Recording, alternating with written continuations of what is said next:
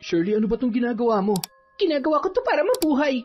Love, ano ba nangyayari sa'yo? Bibilang ako ng 3. 1, 2. Mahal na mahal kita, Shirley. Bakit mo ba ako ginaganito? Pues ako, hindi kita mahal. Hindi kita minahal. Ginagamit lang kita. Pero ngayon, wala ka nang silbi sa akin. Sel, hindi ka ba naaawa sa akin? Kita mo naman ang kalagayan ko. Maawa? Bakit? Naawa ka ba sa akin nung ginagatasan mong kapatid ko para sa bisyo mo? Naawa ka ba sa akin nung pinagmukha mo akong tanga? Hindi naman, diba? So bakit kita kaaawaan? Taon 2010. Bulacan. Galit na napamura si Maricel sa bunsong kapatid na si Anthony dahil nalaman niya na 3 araw lamang pumasok sa eskwela ang kapatid sa loob ng linggong yon. Ano ka ba naman, Anthony? Kung hindi pa ako pinatawag ng advisor mo, hindi ko malalaman ang mga kagaguhan mo. Ganito ka na lang ba talaga, ha? Paulit-ulit na lang ba to? Wala ka bang plano para sa kinabukasan mo? Binibigay ko naman lahat ng kailangan mo sa eskwela. Nakaupo lamang ang binata at abala sa kanyang cellphone. Tila pinapalabas lang nito sa kabilang tenga ang lahat ng litanya na kanyang naririnig. Ano ba, Anthony? Kinakausap kita. Yan ang nakukuha mo sa pagsama-sama sa mga barkada mong mga bad influence. Ano? Sagot! Ano bang gusto mong sabihin ko, te? Wala naman akong kwenta para sa inyo, di ba? Puro sermon na nga lang ay inaabot ko araw-araw eh. Sino bang matutuwa sa mga pinagagagawa mo, ha? Ang baba na nga ng grades mo, nagka-cutting classes ka pa. At malaman-laman ko pang hindi ka pala pumapasok. Sakit ka lang talaga sa ulo.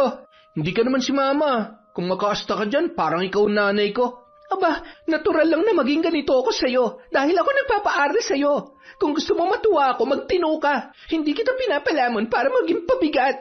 Naging madilim ang anyo ni Anthony sa patuloy na paninermon ni Maricel. Sa inis ay padubog siyang tumayo at mabilis na naglakad palabas ng bahay. Hoy, Anthony! Hindi pa ako tapos! Bumalik ka! Lecheng kapatid naman to, oo. Buisit talaga. Ganoon palagi ang nagiging senaryo kapag nag-uusap ang magkapatid. Hindi niya makausap na maayos si Anthony dahil kapag nagsisimula na siya magsermon ay umaalis na yun kaagad. Minsan lang silang magkita dahil palagi siyang abala sa pagtatrabaho bilang teller sa isang bangko. Para kay Maricel, sakit lamang sa ulo si Anthony. Pero anong magagawa niya? 2 na lamang sila na naiwan sa kanilang pamilya dahil sabay na namatay sa isang aksidente ang kanilang mga magulang. Nung mga sandaling yon, napabuntong hininga na lamang ang dalaga. Ma, Pa, bakit niyo pa kasi kami iniwan? Kung nandito lang sana kayo, hindi ako namumroblema ng ganito. Samantala, pagkaalis ng bahay ay dumiretso kaagad si Anthony sa bahay ng kanyang kaibigan na si Marlon. Oh, ano nangyari sa'yo? Ba't nakasimangot ka dyan? Ano pa nga ba? Nagpang-abot na naman kami ng magaling kong ate. Kaya ayun, parang nabasag na yung eardrum ko sa kakatalak niya. Ay naku, ang mabuti pa, doon na muna tayo tumambay sa tambayan natin. Masarap maggitara doon, masarap din ang hangin. Tara na nga. Para mawala tong inis ko. Magdala na rin tayo ng beer. Sige, iti-text ko muna yung tropa. Baka libre din sila. Sa trabaho, matamlay na pumasok si Maricel. Napansin yon ng kanyang kaibigan na si Shirley. Maricel, nananamlay ka yata.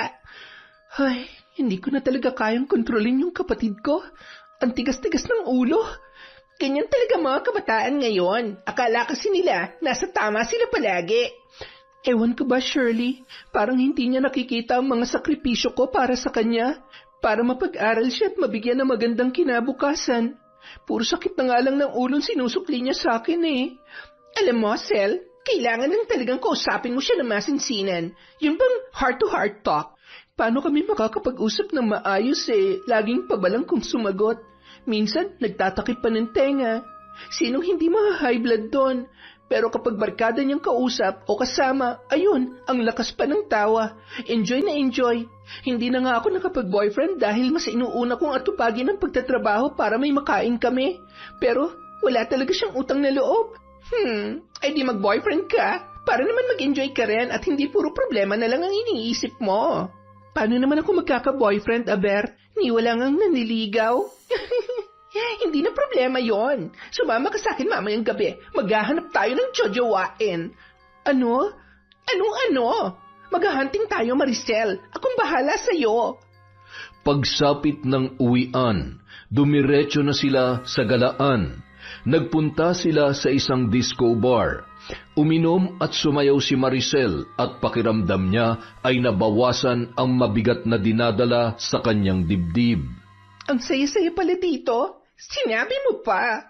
Kung alam ko lang na mag-e-enjoy ako sa ganitong lugar, di sana nun ko pa ginawa. Don't worry, dadalasan natin ang pagpunta dito para mag-enjoy ka. Maya-maya pa, may lumapit na 2 lalaki sa kanila.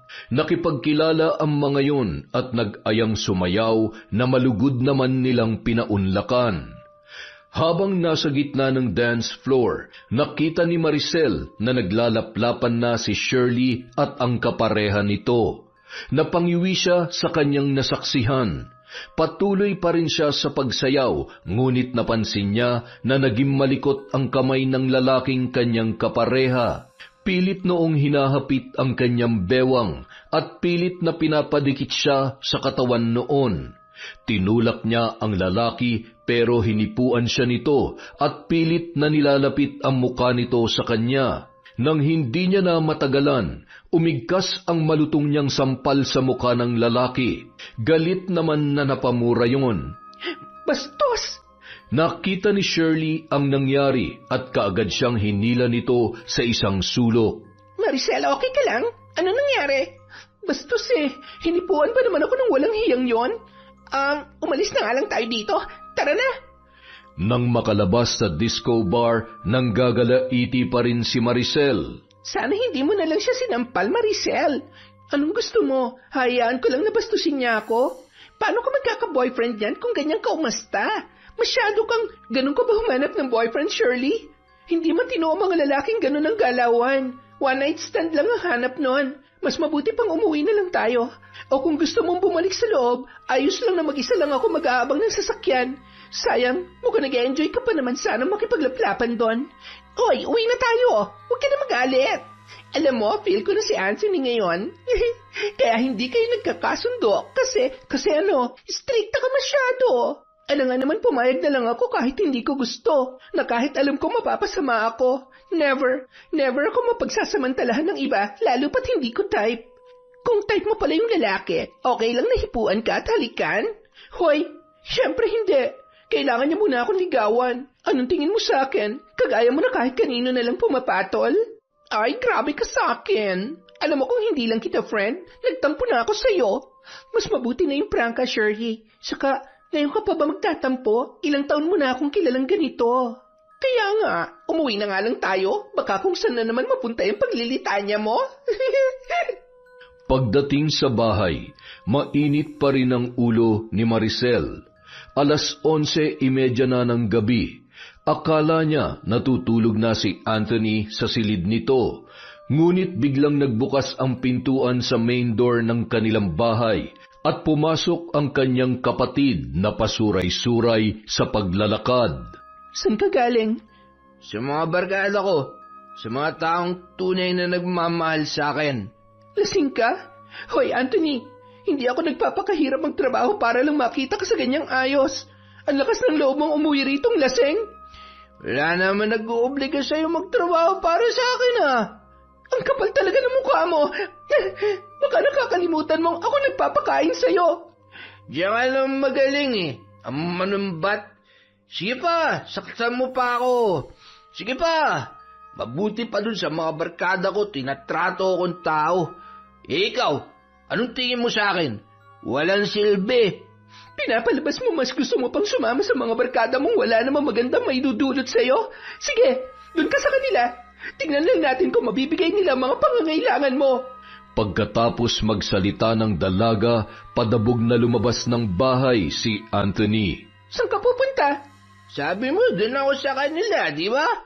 Kahit kailan sakit ka talaga sa ulo. Leche ka! Malakas na ibinalya ni Anthony ang pinto. Naiwan naman ang kanyang ate na nanggagalaiti pa rin. Sawang-sawa na ako sa katigasan ng ulo mo. Bahala ka na sa buhay mo. Mabilis na nilak ni Maricel ang pinto at pumasok na sa kanyang silid.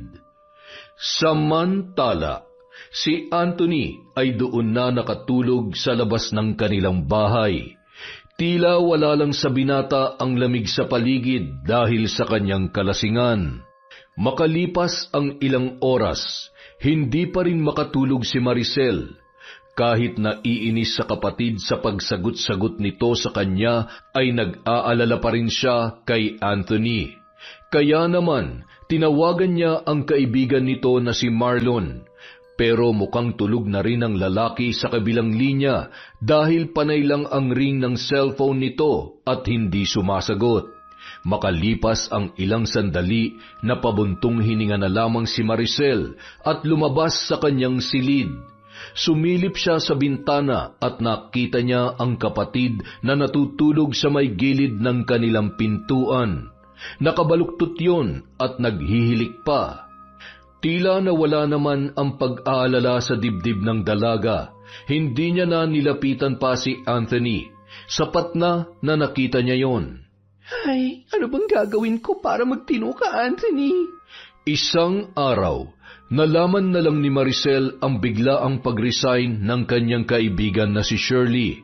Nais niya magtanong dito kung bakit umalis sa trabaho ngunit hindi na niya makontak ang kanyang kaibigan. Kilala si Maricel sa trabaho bilang isang istrikta at masungit.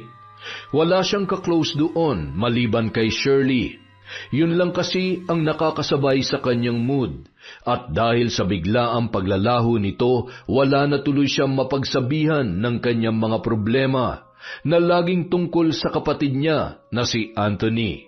Ano ba kasing nangyari sa babaeng yon? Hindi na rin makontak. Ay... Makalipas ang 2 buwan, noon lamang nagpakita sa kanya ang kaibigan. Nagulat pa siya nang makita yon sa labas ng kanilang bahay. Shirley, ikaw ba yan? Oo naman. Aba, 2 buwan lang tayong hindi nagkita, hindi mo na ako nakikilala. Nakakatampo naman. Halika, pasok. Kumusta ka ng babae ka, ha? Alam mo, makukurot kita sa singit. Malaki ang kasalanan mo sa akin. Nagyakapan pa ang dalawa bago pumasok sa loob ng bahay. Saan ka ba nagpunta at ngayon ka lang nagpakita? Bakit umalis ka sa trabaho? Hindi mo man lang ipinalam sa akin, tapos hindi ka pa makontak. Ano ba nangyari sa'yo, ha? Dahan-dahan lang, mahina ang kalaban. Alam mo, pakainin mo kaya muna ako. Hindi pa kasi ako naghahapunan eh. Ikukwento ko lahat na nangyari sa akin, basta busog ang sikmura ko. Kaagad namang ipinaghanda ni Maricel ang kanyang kaibigan. Habang kumakain, pinagmasdan niyong mabuti ni Maricel. Nangayayat si Shirley, lumalim ang mata at maputla na rin ang balat. Bigla siyang napaisip kung ano nga kaya ang pinagdaraanan ng kanyang kaibigan. Natahimik ka dyan, Sel. Ha? May iniisip lang ako. Sige, kumain ka lang dyan. Pasensya ka na, Sela. Gutom na gutom talaga kasi ako eh. Ang totoo niyan, 1 araw na akong walang kain. Nagkaproblema kasi ako. Mahilap ang pera sa akin ngayon, kaya heto, kinapalan ko na mukha ko na pumunta dito para makakain. Saka, alam mo Shirley, kung ano man yung problema mo, sabihin mo na lang. Baka makatulong ako sa'yo. Ang totoo niyan, sobrang laki ng problema ko ngayon. Hindi ko alam kung saan ako kukuha ng malaking halaga para malutas ang problema ko. Bakit? Ano bang problema mo? Nakadispal ko ako ng pera, 100,000. Naskam kasi ako eh. May isang kakilala nag-offer sa akin ng investment kasi nga malaki ang tubo. Akala ko kikita ako pero naloko ako nung nagalok sa akin. Ngayon hinahabol na ako ng kakilala ko dahil nga sa perang hiniram ko na akala niya ako nang iskam sa kanya. Hindi siya naniniwalang na scam lang din ako. Nabiktima lang kaming dalawa. Naku, problema nga yan. Kaya ka ba huminto sa trabaho natin dahil dyan? Oo, akala ko kasi nasa pag-i-invest ko na yan ang swerte ko eh. Yan na napala mo. Paano ang daya-daya mo kasi? Wala ka naman kasing pasabi na magre-resign ka na pala. Bigla ka na lamang nawala. Hindi pa matawagan. Ganyan ka ba talaga? Kapag yumayaman na, nag-iiba ng ugali? Sorry talaga, Sel. Siguro masyado lang ako na-excite noon, kaya hindi ko na nabanggit sa'yo. Nag-iba na rin kasi ako ng numero, tapos nakalimutan ko pang isave ang number mo. Pero huwag ka mag-alala. Ibibigay ko tong new number ko sa'yo ngayon. Jesus, pambawi, ganon. Sandali lang ha, may kukunin lang ako sa kwarto. Pagtalikod ni Maricel, siya namang pasok sa loob ng bahay ni Anthony. Napakunot pa ang noo niya nang makita ang isang babae sa harap ng hapag. Kaagad namang ngumiti si Shirley sa kanya nang mapansin ang kapatid ni Maricel. Hi! Hula ko ikaw si Anthony. Yung kapatid ni Maricel? Oo, ako nga. Kaibigan ka ng ate ko? Oo, ako si Shirley. Halika, kain tayo. Marami naman itong hinanda ng ate mo eh. Saluhan mo ako. Hula ko, hindi ka pa naghahapunan. Sige. Kung kasing ganda mo naman ang kasalo ko sa hapunan, hindi na ako tatanggi. Uy, nang bola pa. Nakakahiya naman. Hindi yun bola, totoo kaya yun. Oh, Anthony, nandito ka na pala. Maghapunan ka na, sabayan mo na si Shirley. Saan ka ba nang galing? Basang-basa ka na naman ng pawis. Dun kila Marlon. Napasarap yung basketball eh. Magbibihis lang ako. Excuse muna, Shirley ha. Sige, Anthony. Hintayin na lang kita para sabay na tayong kumain. Napatingin pa si Maricel sa kapatid na nagmamadaling nagtungo sa sariling silid para magbihis ng panibagong damit. Anong sabi nun? Shirley? Shirley lang talagang tawag niya sa'yo? Kahit kailan talaga, pasensya ka na ha. Hindi ka na ginalang ng kapatid ko. Anong hindi? Ang bait kaya niya. Saka, ang pogi pala ng kapatid mo, Maricel. Hot na hot. Tingin ko bagay kami. Gaga, 17 years old lang yon. 26 ka naman ng Shirley. Ano naman? Age doesn't matter naman, di ba? Lukarit ka talaga. Biglang natahimik ang dalawang babae sa paglapit ni Anthony. Habang kumakain, panay ang ngiti ni Shirley sa lalaki na tila ba nagpapakyut. Nang dumako naman ang paningin niya kay Maricel, nakita niya na nakakunot ang mukha noon, dahilan upang siya ay matawa. Bakit, Shirley? Ate Shirley, nakatatanda siya sa'yo. Naku, Sel, ayos lang yon. Pasensya ka na, Ate Shirley. Matapos ang hapunan, nag-usap ang dalawang magkaibigan, samantala si Anthony naman naghugas ng kanilang pinagkainan. Alam kong hindi ito sapat para malutas ang problema mo, Shirley, pero sana makatulong. Iniabot ni Maricel ang isang sobre sa kamay ng kanyang kaibigan. Ha? Ano to?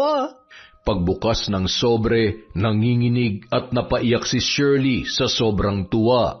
Sel, hindi ko naman hinig. Tulong ko yan sa'yo. Hindi mo na kailangan bayaran, okay? Salamat, Sel. Maraming salamat. Ano ka ba? Sino pa bang magtutulungan?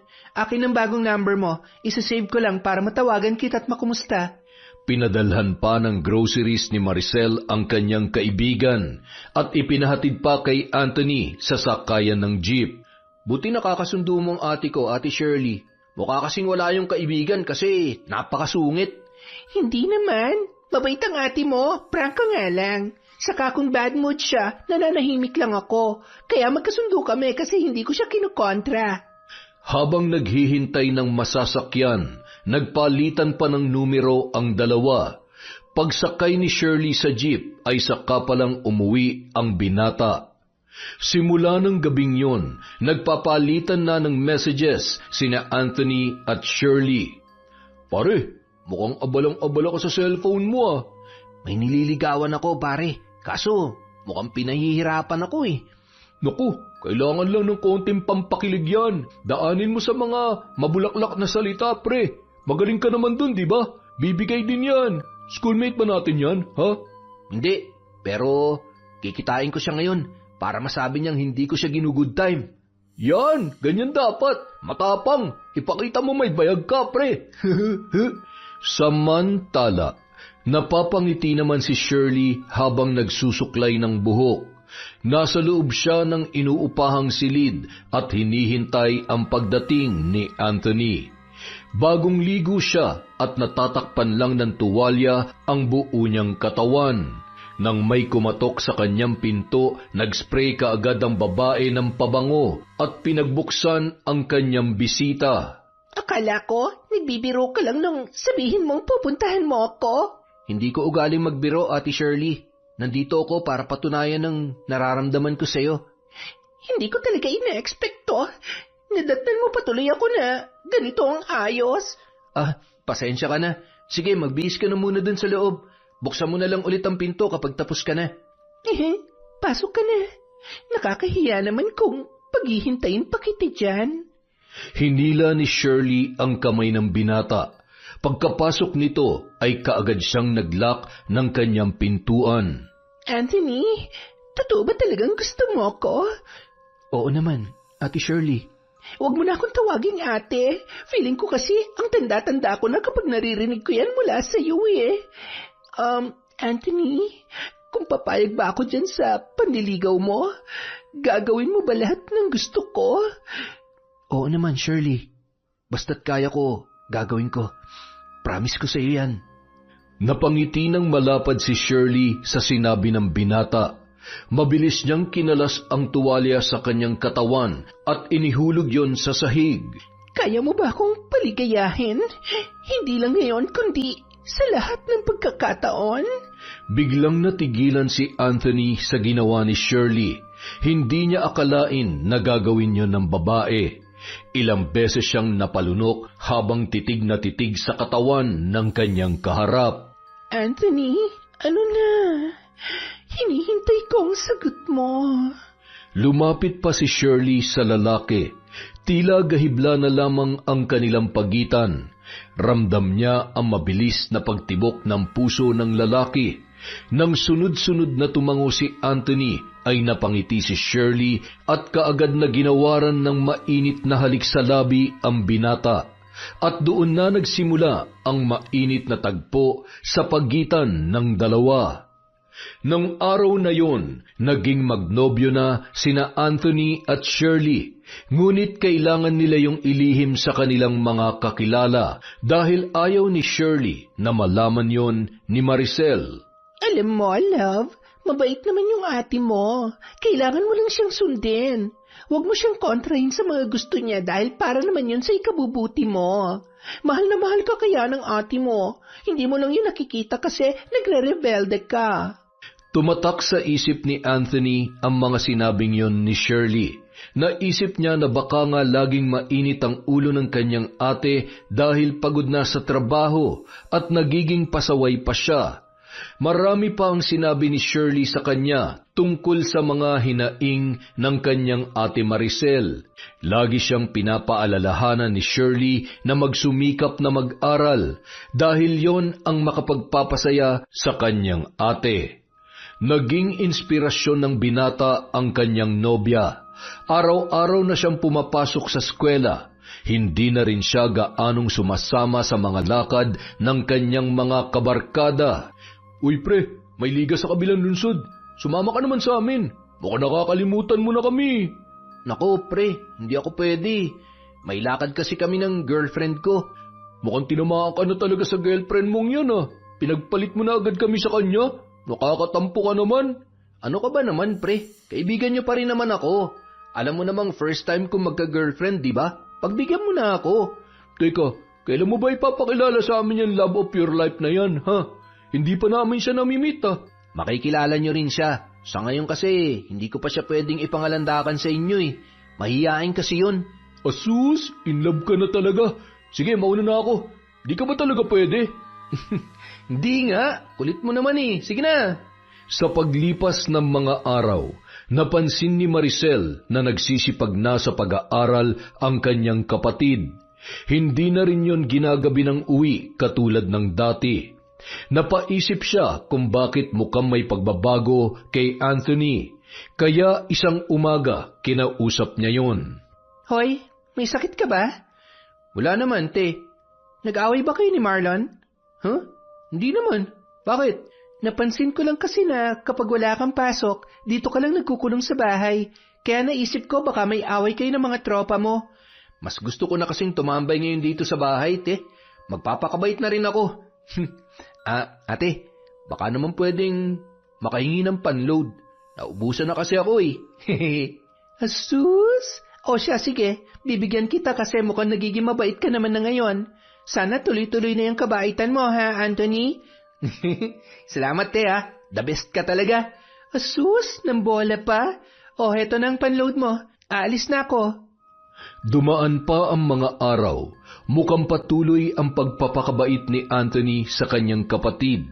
Natutuwa naman ang dalaga sa nakikitang pagbabago nito. Magandang araw po, Ate Maricel. Nandiyan po ba si Anthony? Wala, hindi ba kayo magkasama? Sabi kasi niya may lakad siya eh. Akala ko ikaw ang kasama niya. Naku, ate, madalang na nga kami magkita eh. Yayayain ko kasi sana siya ngayon sa birthday ng isang tropa namin. Ganun ba? Ano naman kaya ang pinagkakaabalahan ng kaibigan mong yon, Marlon? Panigurado, kasama niya ngayon yung jowa niya. Jowa? Si Anthony may jowa? Hindi ko yata alam yan ah. Taga saan daw yon? Ay teka, anong jowa ba yan? Babae ba o lalaki? Siyempre po, babae. Aba, malay ko ba kung bakla? Babae po, saka hindi naman po pumapatol si Anthony sa mga bakla. Nandidiri kaya yun. So taga saan yun? Maganda? Mabait? Magalang? Naku ate, yan ang hindi ko masasagot. Hindi pa kasi namin yun nakikita eh. Ayaw pa ipakilala ni Anthony kasi nga mahiyain daw. Ewan ko ba sa kaibigan kong yun? Mukhang tinamaan po talaga sa babae eh. Hindi na nga siya sumasabay sa mga trip namin ngayon eh. Simula nung maging sila. Kung ganoon, mabuti naman. Kung sino man ang babaeng yon, nagpapasalamat ako sa kanya kasi naituwid niya si Anthony. Hindi na siya sakit sa ulo ko ngayon. Nakakaiwas pa siya sa pagbabarkada. Grabe ka naman, Ate Maricel. Para mo namang sinasabi na bad influence kami kay Anthony. Oy, ikaw may sabi niyan ha, hindi ako Marlon. Napakamot ulo na lamang ang binata, sabay nagpaalam ng umalis. Samantala, nasa inuupahang silid ni Shirley si Anthony.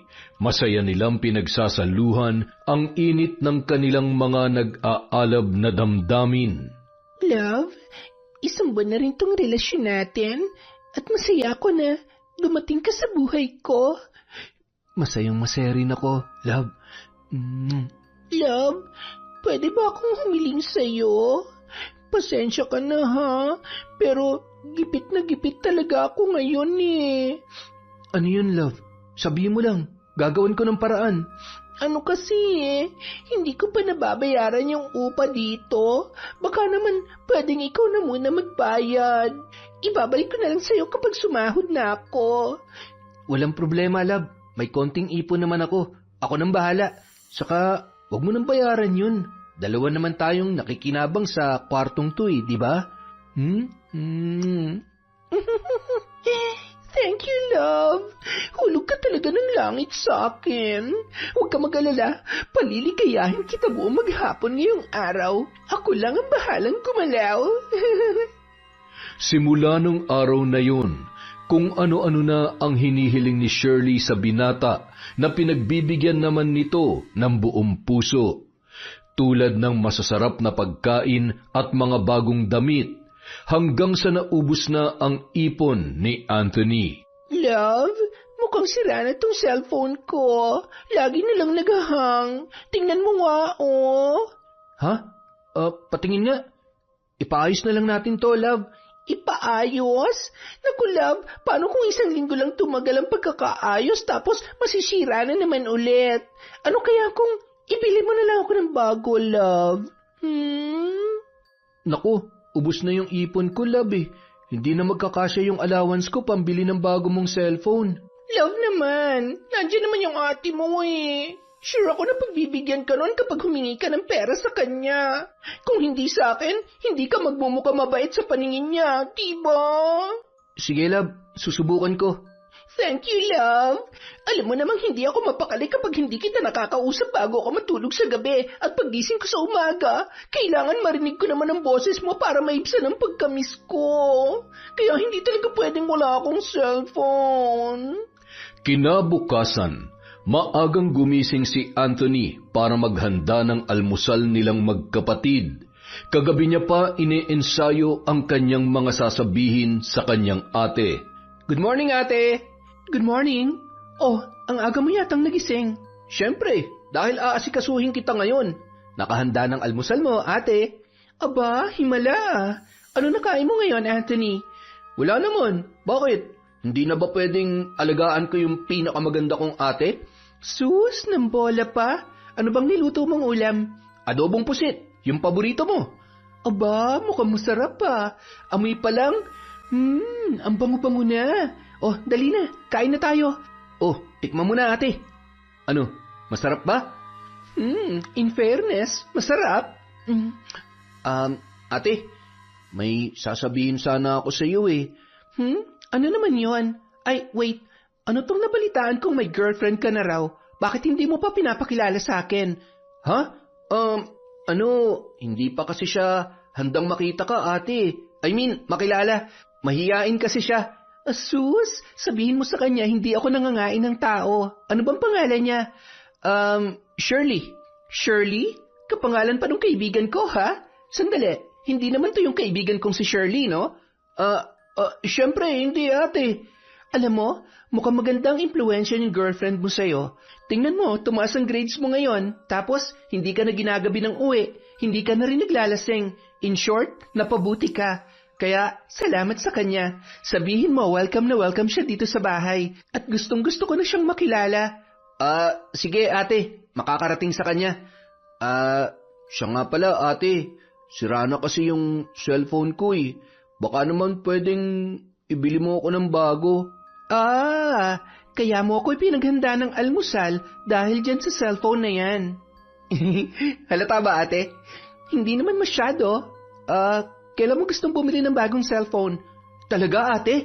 Pwede bang mamaya na pagkatapos ng klase ko? Okay, ikaw ang bahala. Mamaya ibibigay ko sa yung pera. Maraming salamat, ate, ha? The best ka talaga. Basta lagi kang magpapakabait, ibibigay ni ate ang lahat ng gusto mo. Basta, yung kaya lang ng bulsa natin. Mahigpit na niyakap ni Anthony ang kanyang ate. Si Maricel naman masayang-masaya sa ginawa ng kanyang bunsong kapatid. Samantala, nung break time, naisipang tawagan ni Maricel ang kanyang kaibigan. Ikinwento niya rito ang nararamdamang saya dahil sa pagiging mabait ni Anthony. Hello, Sel. Napatawag ka? Kumusta ka na? Ikaw, kumusta?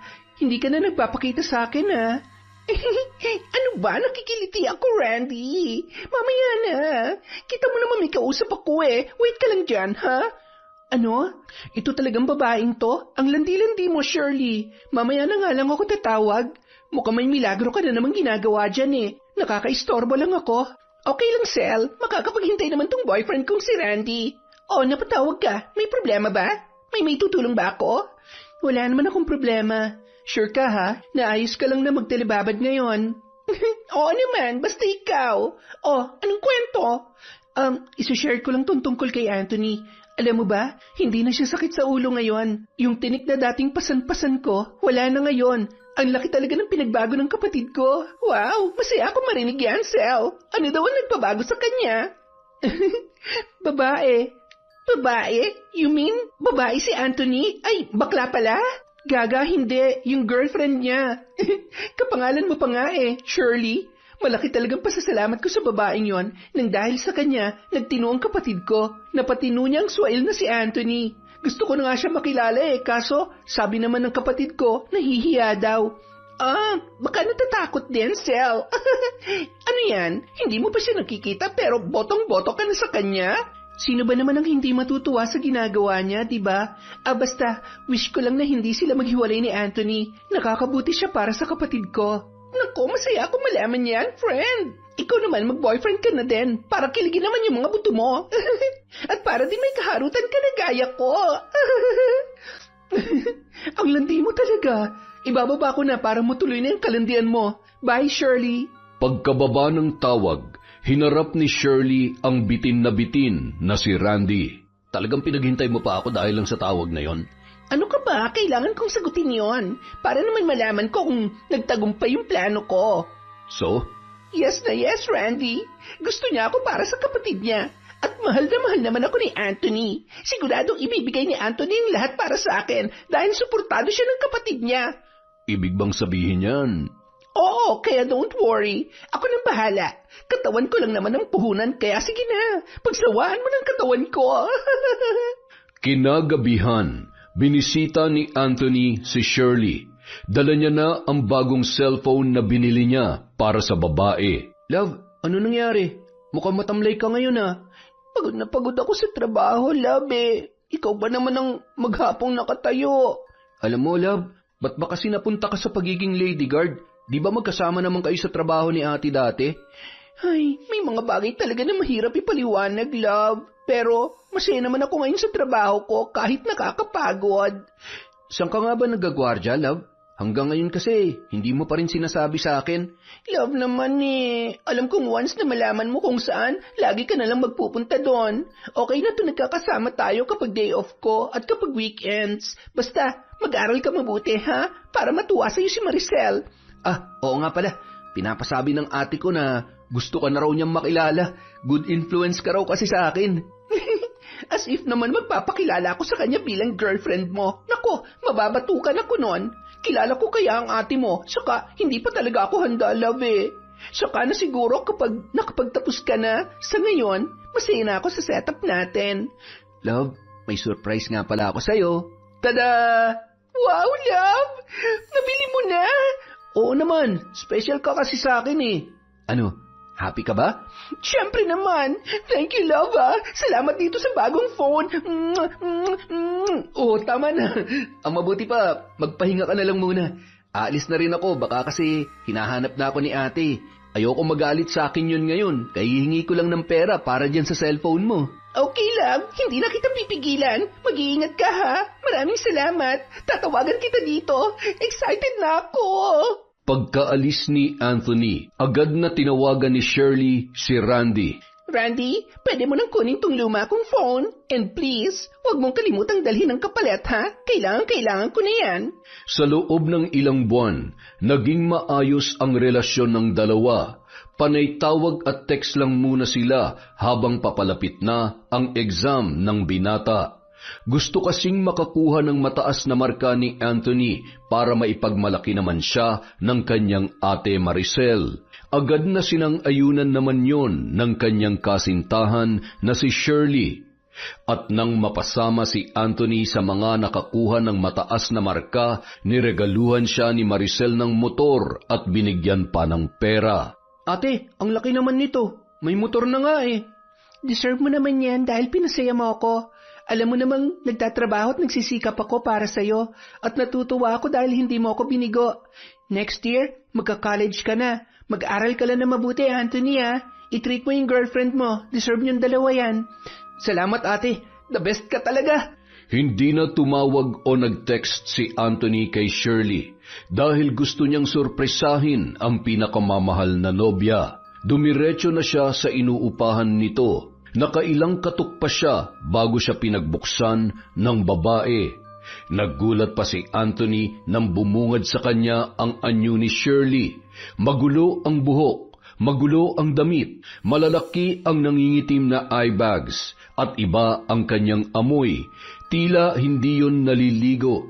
Love, bakit hindi mo sinabing pupunta ka dito? Love, ano nangyari sa'yo?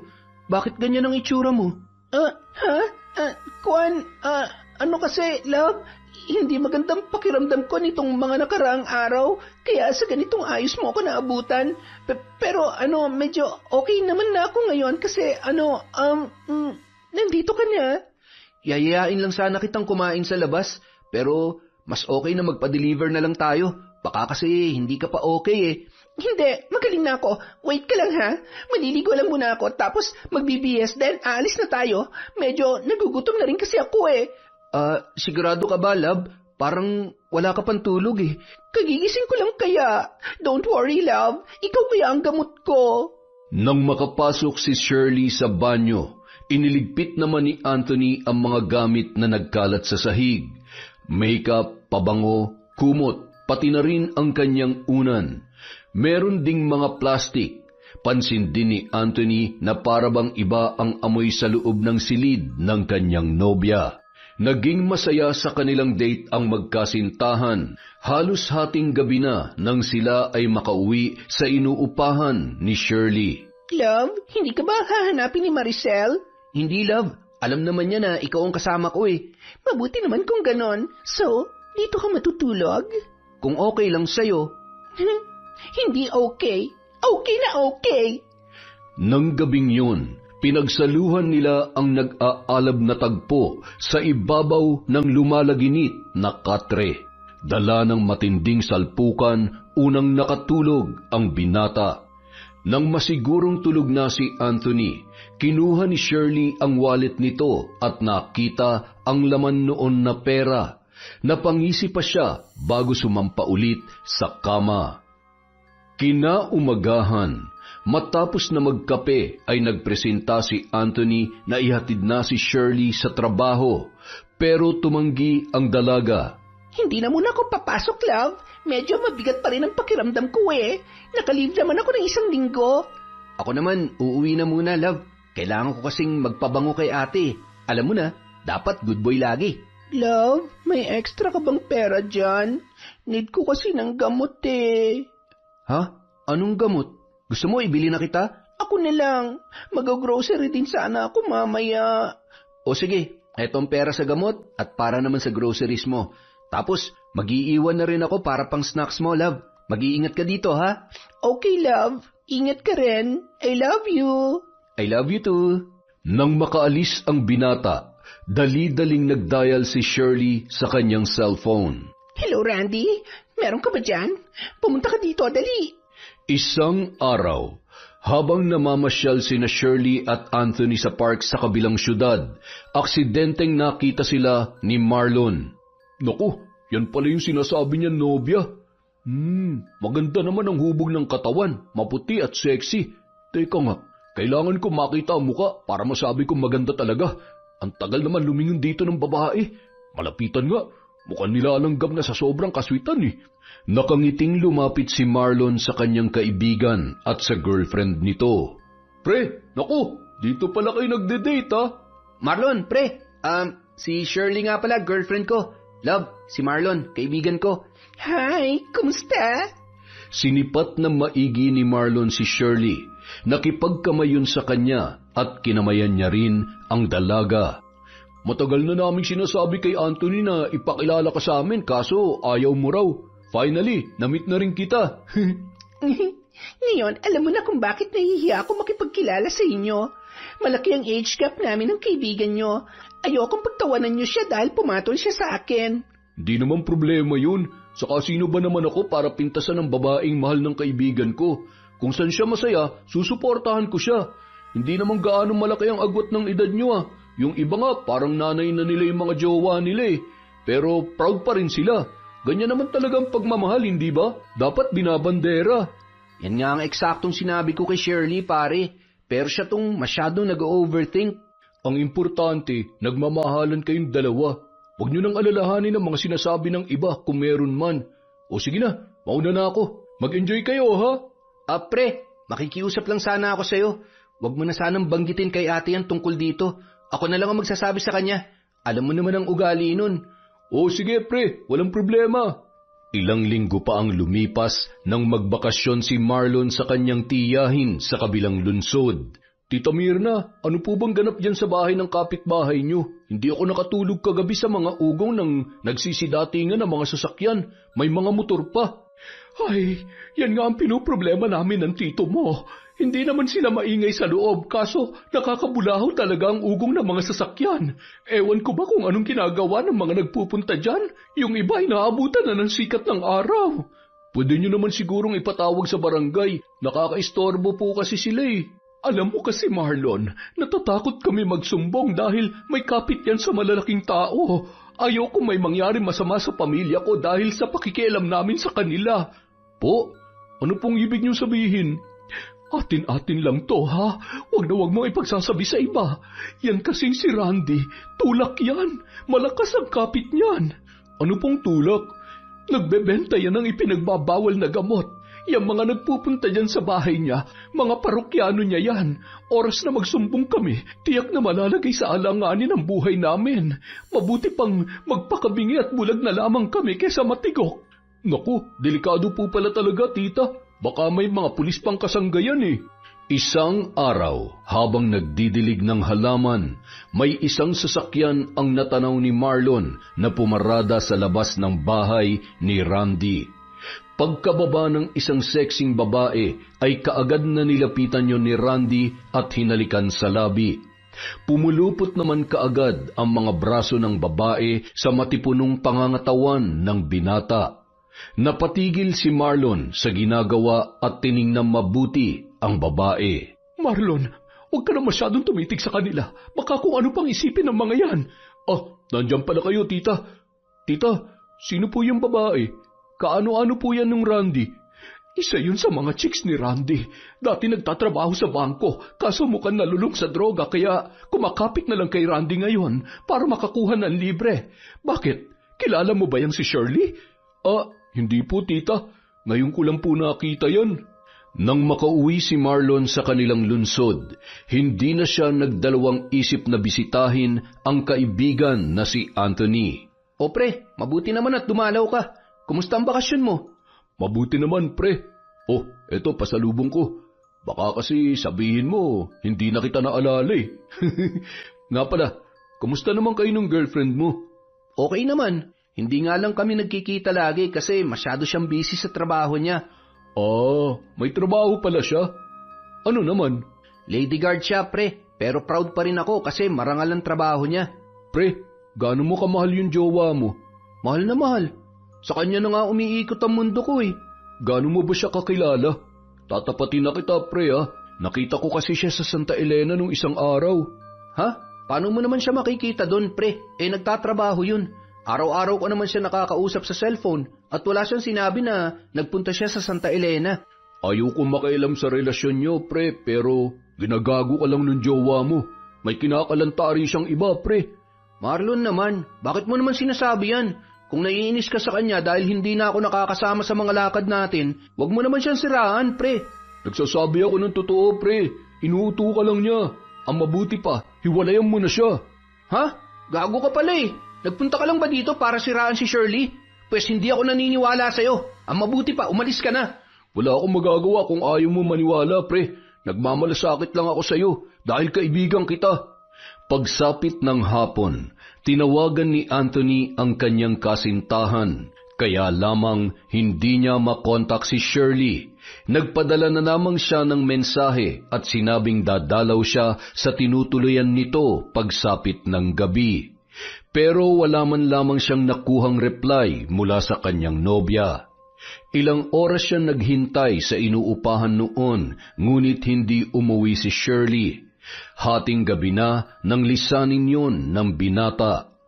Pagsapit ng umaga, napansin ni Maricel na mukhang mainit ang ulo ng kanyang bunsong kapatid. May problema ba, Anthony? Wala naman, ate. Talaga? Alam mo, kilala kita. Pag ganyang nakalukot ang mukha mo at nakabusangot, sigurado may problema ka. Sabihin mo na, ano ba yon? Si Marlon kasi may sinabing hindi maganda tungkol sa girlfriend ko eh. Nakakainis lang. Gusto kong tanungin yung girlfriend ko kung totoo, kaso hindi naman nagre-reply. Tinawagan ko pero hindi naman makontak. Kung may tiwala ka sa girlfriend mo, kahit ano pang paninira ang gawin ng iba sa kanya, hindi mo yung didibdibin. Lahat naman tayo may mga bad sides at sa tingin ko naman, mabuting tao yung girlfriend mo. Tingnan mo nga na ilayo ka niya sa mga barkada mong masama ang impluensya. Baka busy lang din siya o baka lowbat kaya hindi makontak. Pagsapit ng tanghali, tumawag si Shirley sa kanyang nobyo. Kaagad namang napawi ang inis at pag-aalala na nararamdaman ni Anthony. Pinuntahan niya si Shirley pagsapit ng 5:00 ng hapon sa inuupahan nito dahil nakauwi na raw ang babae mula sa kanyang trabaho. Sorry talaga, love, ha? Lowbat yung cellphone ko kahapon eh. Hindi na ako nakapag-charge kasi inaya ako ng kasamahan ko sa kanila. Birthday niya kasi. Doon na rin ako natulog. Medyo nalasing ako ng konti. Ayos lang, love. Love, nagpunta ka ba sa Santa Elena? Santa Elena? Hindi Bakit naman ako pupunta doon? Ba't mo naman naitanong yan, love? Sabi kasi ni Marlon, nakita ka niya dun eh. Baka naman kahuwig ko lang. Maliligo muna ako, love, ha? Wait ka lang muna.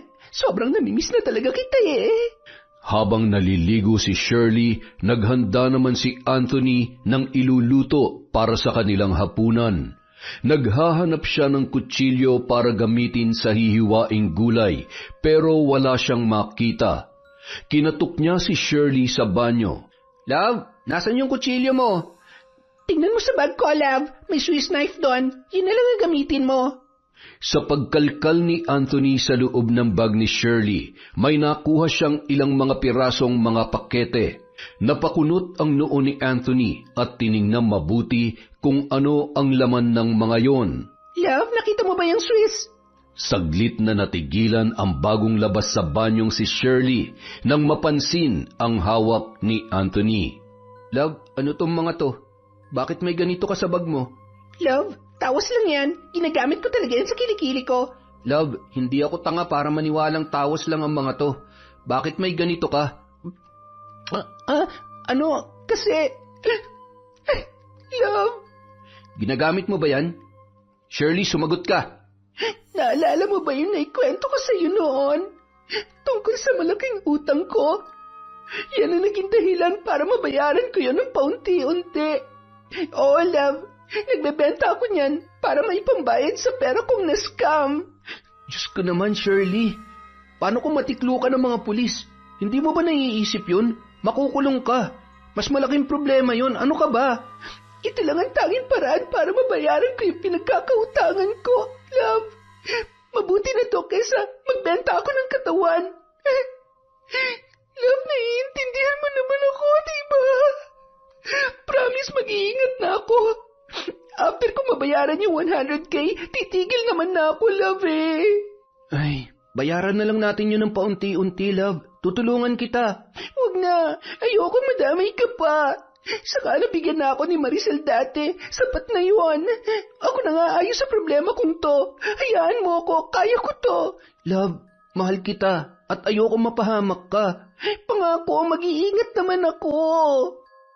Wala nang nagawa pa si Anthony kundi sumang-ayon na lamang sa kanyang nobya. Labag man sa kanyang kalooban pero wala din siyang sapat na halaga para mabayaran ang pagkakautang ni Shirley.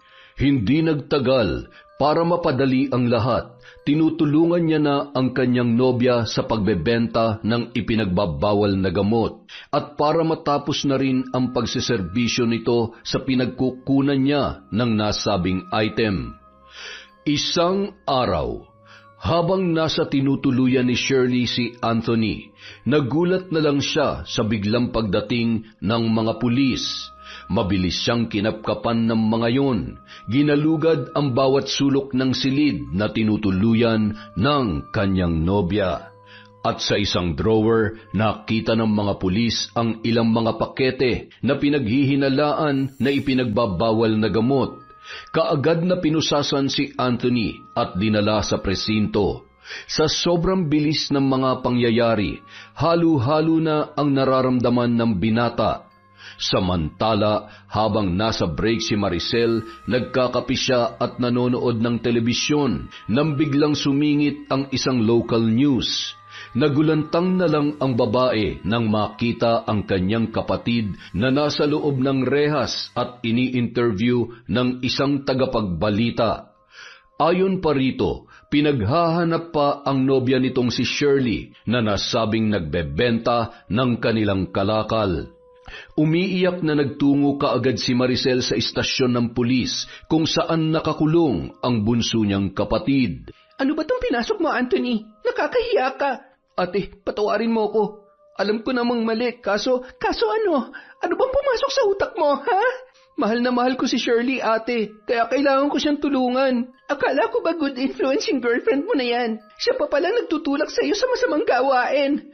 Huwag ka mag-alala. Ilalabas kita rito. Basta ipangako mo na hindi ka na makikipagkita sa babaeng yon. Samantala, nasa bahay naman ni Randy si Shirley. Buti na lang hindi ikaw yung nahuli. Baka ikinanta mo na ako. Wala ka ba talagang bilib sa akin? Matalino kaya to? Huwag ka muna maglalabas. Mainit ka pa sa mga pulis ngayon. Makalipas ang 2 buwan, hindi pa gaanong lumalabas ng bahay si Anthony dahil sa kanyang parol. Lagi niyang naiisip ang kanyang nobya. Makailang ulit na rin niyang sinubukang kontakin yon pero out of coverage lagi ang babae. Kaya naman ipinagdarasal niya na lang ang kaligtasan nito. Nung mga panahong yon, nangungulila na ang binata sa kanyang nobya. Idinadaan niya na lamang yon sa panonood ng telebisyon. Samantala, dumalaw si Marlon sa kanyang kaibigan na si Anthony at kasalukuyan na nakabukas ang TV. Isang balita ang nakakuha ng kanilang pansin.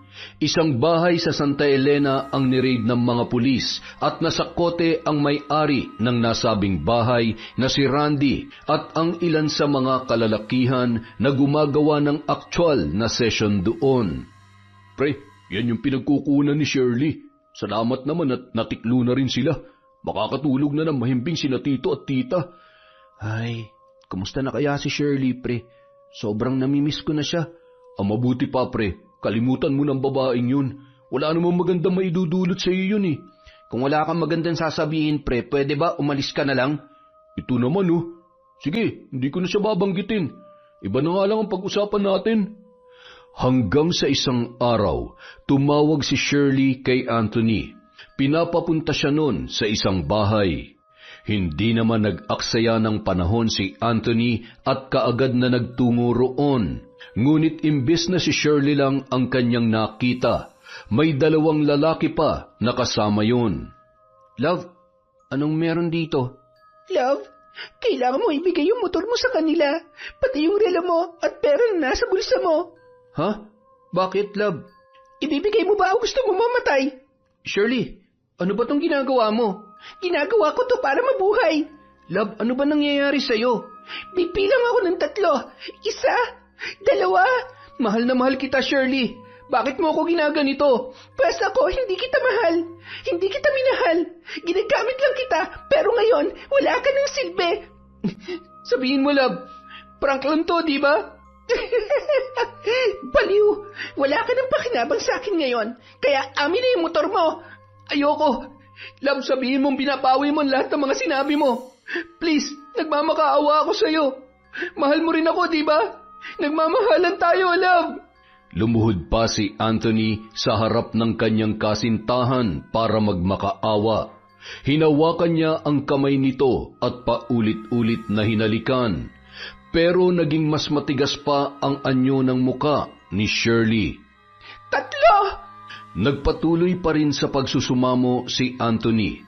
Sumenya si Shirley sa mga kasama at pinabugbog ang binata. Pinagtulungan ng 2 lalaki si Anthony hanggang sa hindi na siya makatayo. Ilang tadyak pa ang tinamo niya hanggang sa nawalan na siya ng malay. Mabilis namang umalis sina Shirley sakay ng humaharurot na motorsiklo ng binata. Samantala, isang tawag ang natanggap ni Maricel mula sa di kilalang numero. Ipinaalam ng tumawag na nasa isang hospital ang kanyang kapatid na nagtamo ng maraming pasa sa buong katawan. Ilang sandali pa napasugod ang dalaga sa ospital nang hihinang lumapit si Maricel sa kanyang kapatid na noon ay naka-oxygen. Anthony, sinong gumawa nito sa'yo? Ate, sorry. Bakit ka nagsasorry? Wala kang kasalanan kay ate. Magpagaling ka. Sorry, kasi hindi ako nakinig sa'yo. Sabi mo, wag akong makipagkita kay Shirley. Pero ginawa ko. Tama ka po, ate. Wala siyang magandang maidudulot sa akin. Anthony! Anthony, ayos ka lang! Diyos ko! Anthony! Nurse! Idiniklarang namatay si Anthony dahil sa tinamong internal bleeding. Anthony! Kapatid ko! Isinusumpa ko! Pagbabayarin ko at pananagutin ang gumawa nito sa'yo. Ipinapangako ko yan.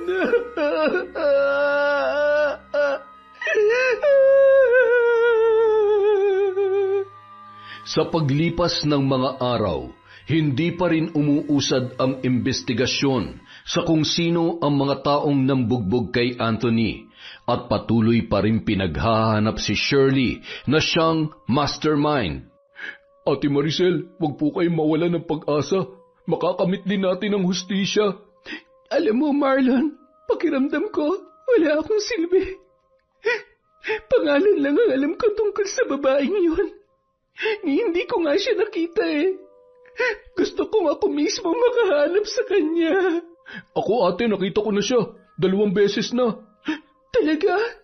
Pwede mo ba siyang ilarawan? Magagamit natin yan para mapadali ang paghahanap sa kanya. Opo, sasamahan ko po kayo para ma-sketch ang mukha niya. Sa paglabas ng sketch ng mukha ng suspect, halos hindi makapaniwala si Maricel sa kanyang nakita. Siya ba talaga yung nobya ni Anthony, Marlon? Opo, siya po. Tingin ko, kaedad niyo siya, ate. Samahan mo ako mamaya sa bahay. May ipapakita ako sa'yo. Pagkarating nila sa bahay ni na Anthony, kaagad na hinanap ni Maricel ang kanyang photo album. Binuklat-buklat niya yon at nang makita ang hinahanap, ipinakita niya yon kay Marlon. Siya ba yung sinasabi mong nobya ni Anthony? Opo, ate. Siya nga po. Yung suot niyang yan, nakita ko na yung suot niya dun sa Santa Elena. Diyos ko, walang hiya kang babae ka. Pati kapatid ko, tinalo mong malandi ka. Ate, kilala niyo po ba siya? Oo, Marlon. Kilala ko siya. Kaya pala ayaw siya ipakilala sa akin ni Anthony dahil alam nila magagalit ako sa relasyon nilang dalawa. Mahihiyain daw. Ang kapal ng mukha niya. Kaano-ano niyo po ba siya, ate? Kaibigan. Dating kaibigan, pero ngayon, kaaway ko na siya, Marlon. Dahil sa ginawa niya sa kapatid ko, pagsisisihan niyang isinilang pa siya sa mundong ito. Pagsisisihan niya ang ginawa niya. Dahil sa natuklasan, kinalikot ni Maricel ang cellphone ni Anthony at doon nakita niya ang mga mensahe ni Shirley na kadalasan ay nanghihingi ng pera sa kanyang bunsong kapatid. Ang walang hiya! Ginatasan pa talaga niya kami ng kapatid ko. Hindi ako makakapayag na mamuhay ka ng malayang babae ka. Labis-labis mo akong sinaktan. Magbabayad ka! Magbabayad ka! Isang gabi, napakadilim ng paligid. Nagtungo sa sementeryo si Maricel, dala ang isang libreto, isang bungo ng hayop at mga kandila na gagamitin sa gagawing ritual. Ang kaalaman niya sa pambabarang ay turo ng kanyang ina nung siya ay bata pa lamang. Ang sabi sa kanya noon, magagamit niya ang kaalamang yon sa oras na siya ay pasakitan ng walang kalaban-laban. Itinago niya ang mga kagamitan ng kanyang ina sa loob ng mahabang panahon. Ngunit kailanman ay hindi niya nakalimutan kung paano yun gamitin. Sa gitna ng sementeryo kung saan nakatirik ang malaking krus, doon siya pumwesto sa paanan noon. Inilatag niya ang mga kandila at dinasalan ang mga yon bago isa-isang itinayo. Habang nagsisindi ng mga kandila, sumasambit siya ng mga orasyon na kanyang binabasa mula sa libreto. Pagkatapos niyang ilagay ang bungo sa gitna ng mga nakatirik na kandila, inilabas niya ang larawan ni Shirley na dinukot niya mula sa kanyang bulsa. Inorasyonan niya yon at idinantay sa libreto. Makailang ulit din niyang hinipan bago ipinatong sa bungo. Sa pagpapatuloy ng kanyang pagbabasa ng mga orasyon, naramdaman niya ang lamig ng ihip ng hangin na tila ba nanunuot sa kanyang kalamnan. Kumuha siya ng kandila at sa bawat pagpatak ng tulo sa larawan ni Shirley, sinasambit niya ang nais niyang mangyari sa babae. Paulit-ulit niya yung isinagawa. Hindi ka makakatulog sa bawat gabing darating. Ang bawat patak nitong kandila ang magsisilbing init na magwawala sa loob ng iyong katawan. Sa bawat pagdampi ng hangin sa iyong kabuuan, makakaranas ka ng sakit na hindi mo maintindihan kung saan nanggagaling. Itong mga pulang langgam, uunti-untiin ka hanggang sa maging katulad ng lupang dinaanan nila ang iyong balat. Dadanasin mo ang sakit na walang kasing pait. Maghihirap ka hanggang sa unti-unti kang lamunin ng dilim. Inilagay niya sa loob ng maliit na bote ang larawan ng kanyang dating kaibigan. Naglagay din siya ng mga pulang langgam at makailang ulit na pinatakan ng kandila ang loob ng bote. Kumuha siya ng kandilang nakasindi, inilapit yon sa bote at hinipan. Nang masigurong nakapasok na sa loob ang usok mula sa hinipang kandila, mabilis niya yung tinakpan. Muli siyang nagbasa ng mga orasyon bago isa-isang pinatay ang mga nakasinding kandila. Matapos gawin yon, nilisan niya na ang sementeryo na may dalang pag-asa na magtatagumpay sa kanyang paghihiganti. Nang sumunod na mga araw, patuloy niyang tinatawagan ang numero ni Shirley. Ang plano ni Maricel magpapanggap na wala pang nalalaman. Tatawagan niya ang babae at kukumustahin bilang si Maricel na kaibigan ni Shirley at aarte siyang normal na wala pa ring kaalam-alam sa mga nangyari. Samantala, sa boarding house na tinutuluyan ni Shirley, binigyan lang siya ng mga lalaking kasama niya ng parte sa pinagbentahan ng motor na kinarnap nila kay Anthony. Pagkatapos ay nagkanya-kanya na sila. Sa lugar na yon nagtatago ang babae. Walang nakakakilala sa kanya kaya malaya siyang nakakapaglabas-masok sa boarding house na yon. Minsan, sinubukan niyang i-insert ang SIM card na kanyang ginagamit dati. Natigilan pa siya nang tumawag si Maricel. Nagdadalawang isip ang babae kung sasagutin niya ba yon dahil baka alam na ni Maricel ang naging relasyon nila ng kanyang kapatid at maging ang pagkakasangkot nito sa pambubugbog kay Anthony. Pero sa huli, sinagot niya pa rin ang tawag ng kanyang dating kaibigan. Hello? Hello, Shirley? Naku naman, buti na lang nakontak na kita. Kumusta ka na? Ayos lang ako, Sel. Ikaw, kamusta ka na? Eto, hindi pa rin matanggap ang pagkawala ng kapatid ko. Nawawala si Anthony? Wala na si Anthony, Shirley. Patay ng kapatid ko. Pinatay siya ng mga nagnakaw ng motorsiklo niya. Ang sabi ng mga pulis, hold up daw tapos nauwi sa carnap. Natigilan si Shirley sa kanyang narinig. Hindi niya naman ginustong patayin ang binata. Ipinabugbog lang niya yon para hindi naman laban pa at para matangay nila ang motorsiklo dahil kailangan nilang makatakas at makalayo sa lugar na yon. Nadakip na ba mga salarin, Sel? Nakilala ba sila? Yun nga ang problema eh. Hanggang ngayon wala pang suspect na lumilitaw. Sobrang sakit na mga nangyari sa kanya, Shirley. Nag-iisang kapatid ko si Anthony. Kaming dalawa na nga lang ang magkakampi. Kinuha pa siya sa akin. Magpakatatag ka, Sel. Pasasaan ba't mahuhuli rin ang mga kriminal? Sana nga, Shirley. Sana nga. Nang matapos ang kanilang pag-uusap, kumbinsidong-kumbinsido si Shirley na wala talagang nalalaman ang kanyang kaibigan. Dahil kung meron man, pinaulanan na siya nito ng masasakit na salita at pagbabanta. Pagsapit ng gabi, sa gitna ng pagtulog ni Shirley, bigla siyang nagising dahil sa init na parang kumakalikot sa loob ng kanyang dibdib. Bumangon siya at ilang beses na uminom ng tubig, ngunit tila hindi naman nawawala ang rumaragasang init mula sa kanyang loob. Pakiramdam niya ay para siyang nasusunog. Hindi niya maipaliwanag ang init na nararamdaman. Sa gitna ng gabi, naligo siya para maibsan yun, ngunit hindi pa rin nawawala. Hindi na rin siya nakatulog dahil doon. Ang pakiramdam niyang yon ay hindi na tumigil pa paglipas ng ilang mga araw. Buisit, naghahanap na yata ang katawan ko ng vitamins. Ay, nakakainis.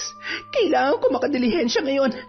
Pero saan naman ako makakakuha dito ng paborito kong gamot? Kaya lamang, hindi umayon sa kanya ang panahon dahil wala siyang madilihensyahan. Dahil sa init na nararamdaman, para na siyang mababaliw kakaisip kung paano yun maiibsan o titigil. Halos mangiyak-ngiyak na si Shirley. Isa pa sa kanyang pinoproblema ay ang hindi siya makatulog. Pakiramdam niya pagod na ang kanyang utak at mga mata. Ano nang gagawin ko? Lintik naman na buhay to. At sa bawat araw, unti-unti na rin siyang nawawalan ng ganang kumain. Hindi niya alam kung bakit bigla na lang siyang naiiyak. Dahil ba sa kakaibang init na nararamdaman sa loob niya o dahil sa hindi niya matanggap na nagkakasakit na siya hanggang sa bumagsak na ang kanyang katawan. Ilang sandali pa, naisip niyang tawagan si Maricel. Magbabaka sakali siya na baka matulungan siya ng nag-iisang kaibigan na mula noon hanggang ngayon ay inaalala siya. Hello, Shirley? Sel, nakakahiyaman pero kailangan kong tulong mo. Tulong? Oo naman. Ano bang may tutulong ko sa'yo? May sakit ako, Sel. Hindi ko alam kung anong klaseng sakit to pero baka naman pwede mo akong puntahan. Sige. Nasaan ka ba? Nang maibigay na ni Shirley ang address, ay napangiti na lamang si Maricel. Nako, Shirley, baka hindi ako makapunta ngayon. Hindi ko maiwan tong trabaho eh. Medyo malayo ka kasi, pero promise, dadalawin kita ngayong weekend. Okay lang ba? Oo, okay lang. Hihintayin na lang kita, Sel. Sa paglipas ng mga araw, patuloy sa pakikipaglaban si Shirley sa kanyang karamdaman. Unti-unti siyang nanghina hanggang sa palagi na lang siyang nakahiga dahil kung tatayo man siya ay kaagad din siyang nawawalan ng balanse. Kung uupo naman ay hindi rin nagtatagal dahil nangangalay ang kanyang buong katawan. Hanggang sa isang umaga, nagising na lamang siya na hirap ng igalaw ang kanyang sarili. Nagugutom na siya kaya kailangan niyang pagsilbihan ng sarili kahit pa siya ay nahihirapan. Pilit siyang bumangon at dahan-dahang gumapang para initin ang lugaw na nasa kanyang kaldero. Sa mahina at maingat na paggalaw, sa wakas ay nakakain na rin siya pero kaunti lamang dahil kapag naparami ay isinusuka niya rin yon. Biglang may kumatok sa kanyang pintuan. Inayos niya ang sarili at pinahid ang kamay dahil sa natapon na lugaw, dulot ng panginginig niya habang sumusubo. Bukas yan! Pasok! Nang makitang si Maricel ang bumungad sa kanya, ay napangiti na lamang ang dalaga. Sel, buti naman at napadalaw ka. Salamat sa pagbisita. Kumusta ka naman dito? Hindi ako okay. Tingnan mo ako. Ibang-iba na ang itsura ko kesa dati. Nararapat lang sa'yo yan. Ano? Sel? Deserve mong danasin yan dahil walang hiya ka. Kung tutuusin, kulang pa yan sa lahat ng mga ginawa mo sa akin. Sa amin ang kapatid ko. Isa kang traitor. Anong ibig mo sabihin? Huwag ka na magmaang-maangan, pandemonyo ka. Alam ko ng lahat ng mga kawalang hiyaan mo. Alam mo bang triple ang binigay mong sakit sa akin, ha? Napakawalang hiya mo. Tinuring kitang matalik na kaibigan, Shirley. Itinuring kitang isang kapamilya. Sa'yo ako nagsusumbo ng mga problema ko kasi akala ko mapagkakatiwalaan kita. Pero anong ginawa mo? Niloko mo ako, nilinlang mo ako.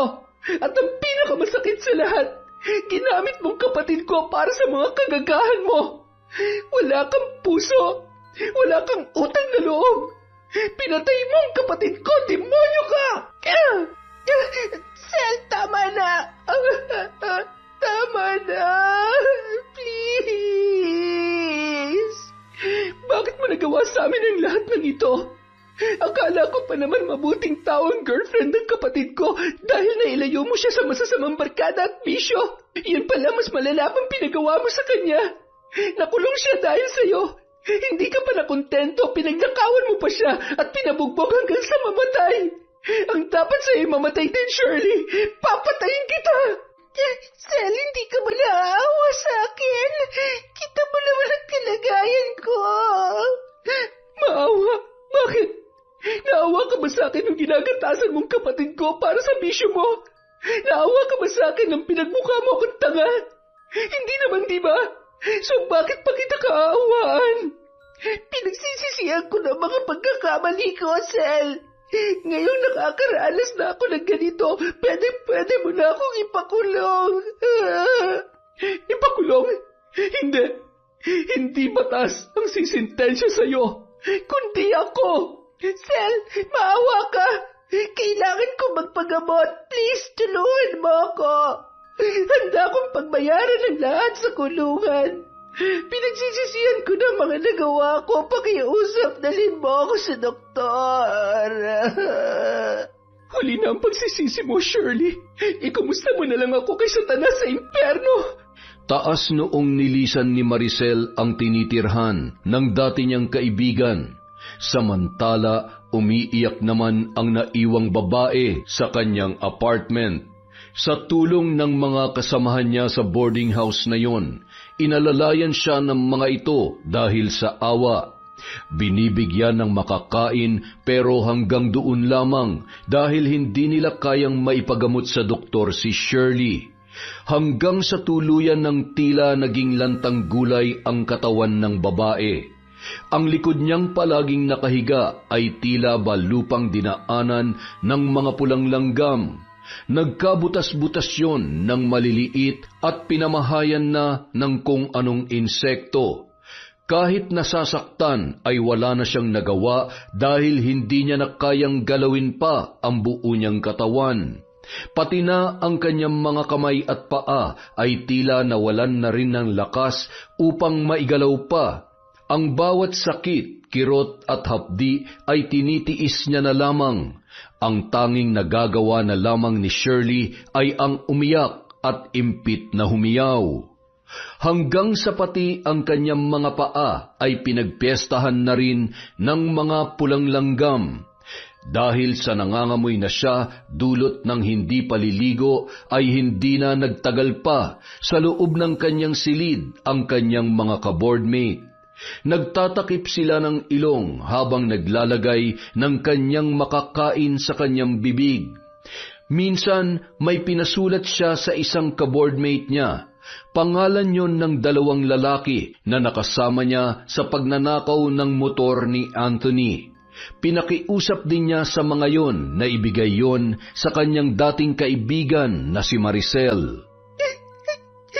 Panginoon, alam kong malaki ang pagkakasala ko sa inyo. Marahil ay ito na ang daan mo para maningil sa mga nagawa kong kasalanan. Patawarin niyo po ako sa lahat ng nagawa ko. Samantala, si Maricel naman ay naghihintay na lang ng tamang oras upang masabi niyang ganap na siyang nagtagumpay sa kanyang paghihiganti. Isang gabi, tahimik na ang buong paligid. Si Shirley ay umiiyak at naghihintay na lamang ng kanyang katapusan. Dahil nawalan na siya ng pag-asang makakaahon pa siya sa kinasadlakan niyang karamdaman. Biglang namatay ang ilaw, ngunit kaagad din yung bumalik, hanggang sa nagpatay-sindi na ang bumbilya. Biglang nanikip ang dibdib ni Shirley, Naghahabol siya ng hininga nang sumidhi ang init na sumisiklab sa loob ng kanyang dibdib. Pakiramdam niya ay nagrarambulan ang kung anumang naroroon. Napaiktad ang dalaga, humiyaw at umuungol na nahihirapan. Hanggang sa nagkikisay na siya kasabay ng pagtirik ng kanyang mga mata. Tumagal yon ng ilang minuto. Naghihingalo siya habang nakatitig sa kisame. Nakita niya roon ang larawan ni Anthony. Nakangiti yun sa kanya at pilit na inaabot ang kanyang mga kamay. Love, patawarin mo ako. Ilang sandali pa, isang boardmate ni Shirley ang sumilip sa kanya nang bumalik sa normal ang ilaw. Napaiyak na lamang yon nang makita siya na wala ng buhay. Samantala, nasa sementeryo naman si Maricel nung mga sandaling yon. Nakatunghay sa boteng pinaglagyan niya ng larawan ng kanyang dating kaibigan at ng mga langgam. Nang biglang sumabog ang bote, ay lumabas doon ang isang maliit na itim na usok na unti-unting tinangay ng hangin sa gitna ng dilim. Sa wakas, napagtagumpayan ko ng paghihiganti ko sa iyo, Shirley. Anthony, kapatid ko, sa wakas nakamit mo na rin ang hustisya. Lagi mong tatandaan, mahal na mahal ka ni ate. Mahal na mahal kita, bunso. Kinabukasan, isang babae ang lumapit kay Maricel. Ma'am, nautusan po ako ni Shirley na ibigay po ito sa inyo bago siya namatay. Pangalan daw po yan ng mga nambugbog sa kapatid ninyo po. Makalipas ang ilang araw, nadakip ng mga pulis ang dalawang kalalakihan. Nakamit na talaga natin ang hustisya, kapatid ko. Umiiyak na sambit ni Maricel sa ibabaw ng puntod ng kanyang bunsong kapatid. Tunay ngang hindi lahat ng ahas ay nakikita lang sa madamo at masukal na daan. Minsan may mga ahas na makakasama mo at inaakala na mapagkakatiwalaan. Yun! Napakaganda na naman ng kwento na yon. Dahil dyan, meron po ulit tayong shout-out. Simulan po natin kay Sora Kasay. Hello po. Hi kay Johnny Zemato. Kay Jesus Alegre. Hi po kay Virgie Latore. Kay Ray, Jenny May, Billy Ray, Buendia from Lucy, Buendia. Hi po kay Marian Laborte, kay Gay Somodio, kay Finky Rusi 14. Shout out po sa TSS Cubao Fast Laboratories. Sa 15th Avenue kaya to? Hi po kay Jimena de Ocampo. Shout out kay Jobel Baldonasa, kay Irene de Guzman Briones, kay De Lion Gemma. Hi din po kay Pureza Tagiwalo. Hi kay Hana Maylin Sesgundo, kay Febe Rañada, Resel Galope. Shout out po kay Helen Flores, kay Vilma Bautista, kay Roslyn Jimenez, kay Lydia Lopez. Hi po kay Lurly Encas. Hi po kay Hani Austria, kay Lani Malyari, kay Natalia Maldo, kay Cherry Mukbanger ASMR. Hello din po kay Marites Bryce or Breeze, The Color Purple. Hi kay Ken BJ6BB. Hello din po kay Sandra De Pedro, kay Ramil Corpus, kay Christy Tayubal, kay Red Gaspar. Shout out po kay Robert Crimen, kay Pinky Ko, kay Josie Aniban, Kathy Garments, Jonah Lopez Bachancilla.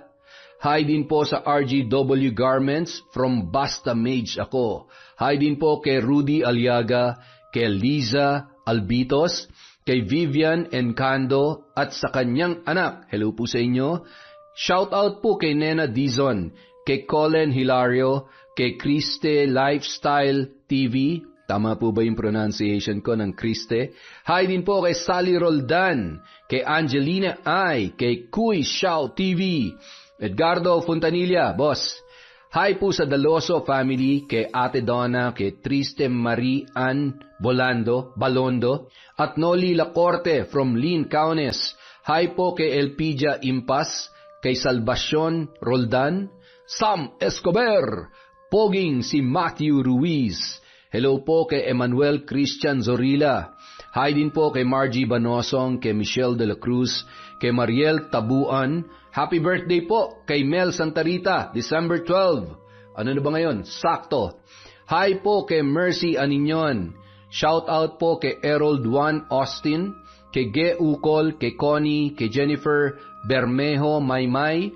Shout out po kay Jocelyn Murilla, kay Janet Cisneros, kay Jessica Sobremonte at sa kanyang asawa. Hello po kay Rhea Vargas, kay Elsa Havinia, kay Miss Maura, Adam Lasa, Aida Sikander, Rachel Ignacio, kay Aneng QR, Monica Nieves, Sydney Crosswind, Hayashi Megan, Nympha Arcal, kay Vicky Abut, kay Gina De Luna, kay Kakunyang. Hello din po kay Ergil Cruz, Teresita Reyes, babaeng mandirigma.